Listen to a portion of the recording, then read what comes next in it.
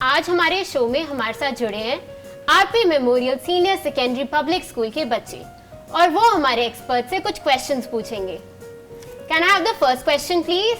मेरा ये question doctor ma'am से है। पीयर प्रेशर बच्चों के emotion, wellbeing and self esteem को कैसे इम्पैक्ट करता है? पीयर प्रेशर का बहुत बड़ा प्रभाव पड़ता है एक बच्चे के सेल्फ एस्टीम पे। अगर एक बच्चे का एनवायरनमेंट अच्छा हो और उसको एक पॉजिटिव पीयर प्रेशर मिल रहा हो, जहाँ के उसके पास फ्रेंड्स और मेंटर्स हों जो उसको एक तरह से compete करें दैट ही और she becomes a better person, तो उससे उसका सेल्फ कॉन्फिडेंस बढ़ने लग जाता है। कन्वर्सली अगर हम देखें कि एक बच्चे को एक नेगेटिव इन्फ्लुएंस मिल रहा है, जहाँ पे उसका एक्सपोजर अच्छा नहीं है, जहाँ पे उसका फ्रेंड्स ग्रुप अच्छा नहीं है, जहाँ पे वो फिट इन करने की इतनी कोशिश करता है इन डूइंग थिंग्स ही और शी उनको पसंद नहीं है, तो इससे उनके कॉन्फिडेंस और सेल्फ एस्टीम पे बहुत बड़ा इम्पैक्ट पड़ता है। Thank you for the answer ma'am. Friends, आप हमारे एक्सपर्ट से अपना अगला क्वेश्चन पूछ सकते हैं। How can children build up their self-confidence? That's a very good question. And आजकल के एज में सेल्फ कॉन्फिडेंस बढ़ाना इट्स पार्ट ऑफ हमारा आइडेंटिटी फॉर्मेशन।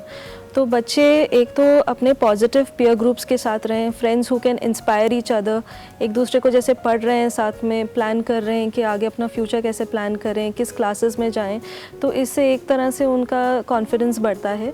दूसरा, आजकल के जो बहुत ही माना जाता है कि it is a very old concept पर अब इमर्जिंग कॉन्सेप्ट है कि मेडिटेशन करना, मेडिटेशन में ध्यान रखना, if not for very long hours, कुछ समय के लिए अगर वो अपना टाइम स्पेंड करें थोड़ा मेडिटेशन करने में, गाइडेड मेडिटेशन करने में, उससे उनको काफ़ी मतलब पीस ऑफ माइंड मिलेगा, उससे कॉन्फिडेंस भी बढ़ेगा और वो अपने डिसीजंस अच्छे ले पाएंगे।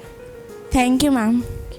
I want to ask a question to you that हम बच्चों को कैसे encourage कर सकते हैं कि वो खुद अपने लिए decisions लें? देखिए, डिसीजन मेकिंग इट्स नॉट आसान, it is very difficult, but parents and teachers अगर उनका सपोर्ट अच्छा हो तो बच्चा एक डिसीजन लेने में काफ़ी केपेबल हो सकता है।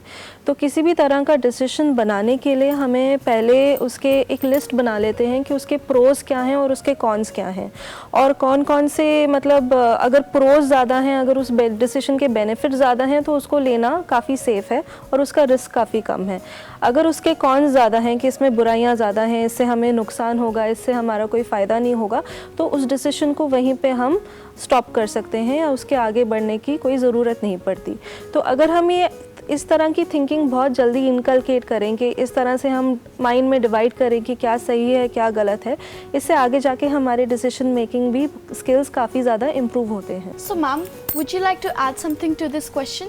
सबसे पहले तो there is a need to trust. सबसे there should be a bonding among the decision maker कि अगर वो डिसीजन हम लोग दे रहे हैं, बच्चा हमको दे रहा है, सो ही शुड हैव कि एक कंफर्टेबिलिटी जोन हो। We should be ready to accept decision as a parent, as a teacher. सबसे पहले हमें वो जोन क्रिएट करना होगा कि there should be a comfortability, बच्चा हमसे वो बातें शेयर करे, he should share everything with us as a educator. What personally I felt कि being in the school there should be an open conversation.